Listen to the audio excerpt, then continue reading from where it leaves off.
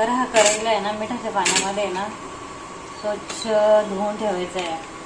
आता याला मीठ चोळून ठेवायचं आहे आणि इकडे पाणी उकळी यायला ठेवलेलं आहे. याच्यात थोडं 1 चमचा मीठ टाकायचं आहे आणि थोडीशी साखर टाकायची म्हणजे कडून होणार. तर याला पहिल्यांदा आहे ना मीठ लावून घेऊया. ओके. हा करेला आहे ना सफेद आहे आणि हा ओरिजिनल हा गावठी आहे. आणि याच्यासाठी मसाला आहे ना मी पुढे दाखवते. ओके. आता हा करेला आहे ना स्वच्छ धुवून घेतलेला आहे आणि त्याला आता नमक चोळून ठेवायचं, मीठ चोळून ठेवायचं आहे पण मीठ. आणि इकडं उकडताना पण थोडंसं मीठ टाकायचं आहे उकडताना. आणि थोडीशी साखर टाकायची आहे, थोडीशी टाकायची कडू होणार नाही. आणि हे पाण्याला उकळी आली ना मगच आपण त्याच्यात सोडायचे. तर हे आहे ना तोपर्यंत मिठामध्ये हे करून घेऊ.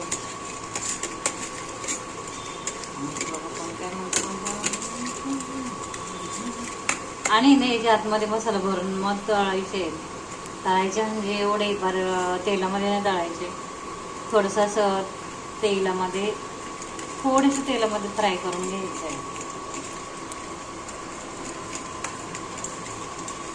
पुढे पहा नेक्स्ट. तर आता आहे ना त्याच्यासाठी थोडे शेंगदाणे घेतलेले आहेत आणि खोबऱ्याचं किस आहे आणि थोडंसं मीठ आहे आणि हा कांदा आहे. आणि आता कांदा हा कट करून घेते. शेंगदाणे भाजून घ्यायचे. 1 चमचा तीळ पण टाकायचे. बघा आता पुढे. आता याला ना उकळी आलेली मग एक कारली ना याच्यात द्यायची सोडून. आणि लई अशी हे पण नाही झाली पाहिजे गिलगिलीत, नॉर्मल उकडून घ्यायचे. तर याच्यामध्ये ना थोडेसे तीळ भाजायला टाकलेले आहे.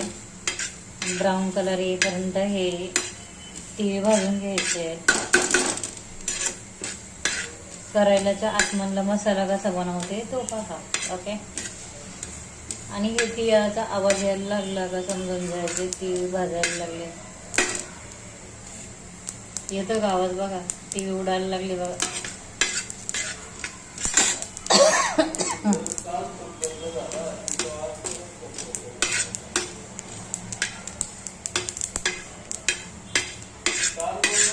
चांगले भाजून घ्यायचे तीळ व्यवस्थित एकदम.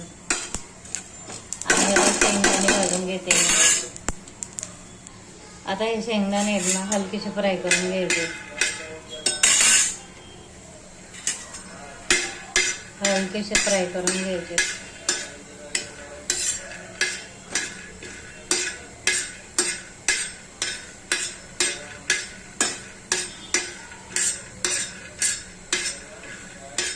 हलकेसे ब्राऊन कलर होईपर्यंत आहे ना फ्राय करून घ्यायचे.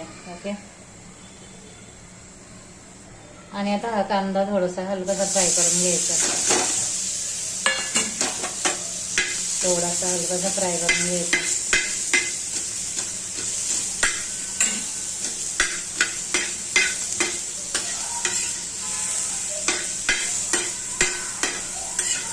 अतिशय टेस्टी होणारी कारली आहे.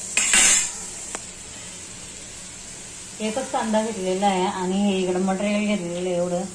हे सगळं एकत्र वाटून घ्यायचे. याच्यामध्ये लसूण घ्यायचं आहे 2-4 पाकळ्या. पुढे पहा. तर आता आहे ना हे बघा असं वाटून घ्यायचं आहे. लसूण पण टाकलं आहे याच्यामध्ये आणि हे सगळं आता वाटून घ्यायचं आहे एक एक.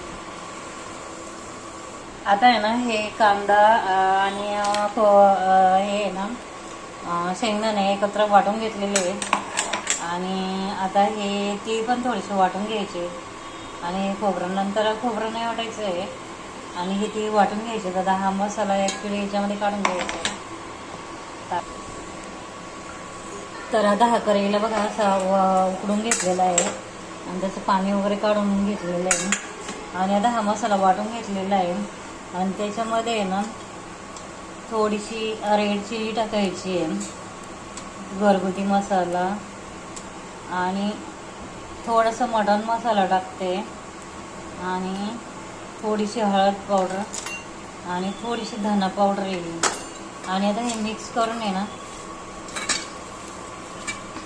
मिक्स करून करेलामध्ये भरायचं. अतिशय सुंदर होतो हा. करून पहा, खाऊन पहा. मी नेहमी असाच बनवते.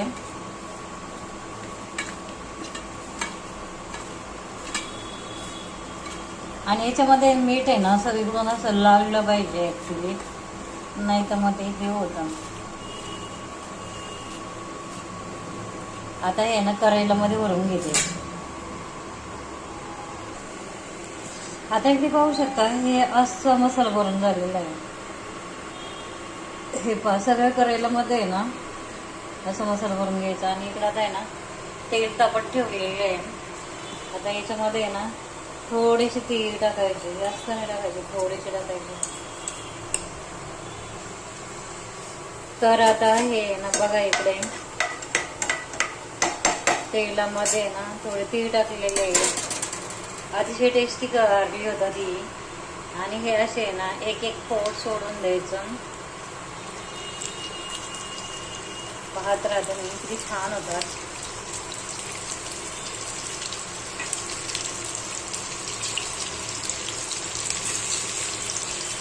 आणि हा मसाला आहे ना नंतर टाकायचा. याच्यावर थोडीशी ना हळद पावडर टाकायची आणि थोडीशी एकदम रेड चिली पावडर टाकायची, जास्त नाही टाकायची, थोडीशी एकदम.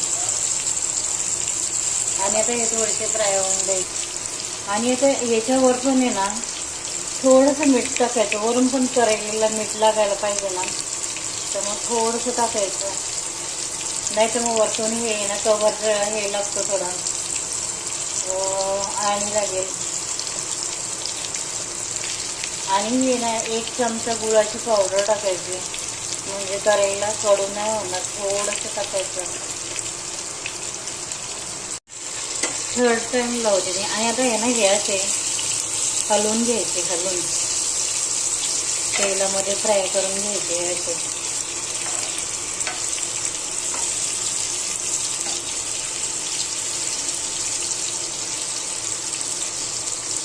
छान होतात हे, करून पहा एकदम.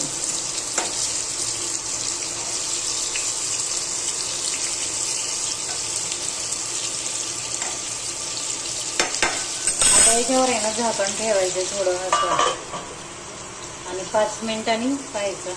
अतिशय टेस्टी होणार आहे हा. पहा आणि असाच बनवा. तर आता हे ना झाकण काढायचं आणि हे पहा अतिशय टेस्टी होऊन असं करायला हा. सगळ्या बाजूने असं भाजून घ्यायचं. हे पहा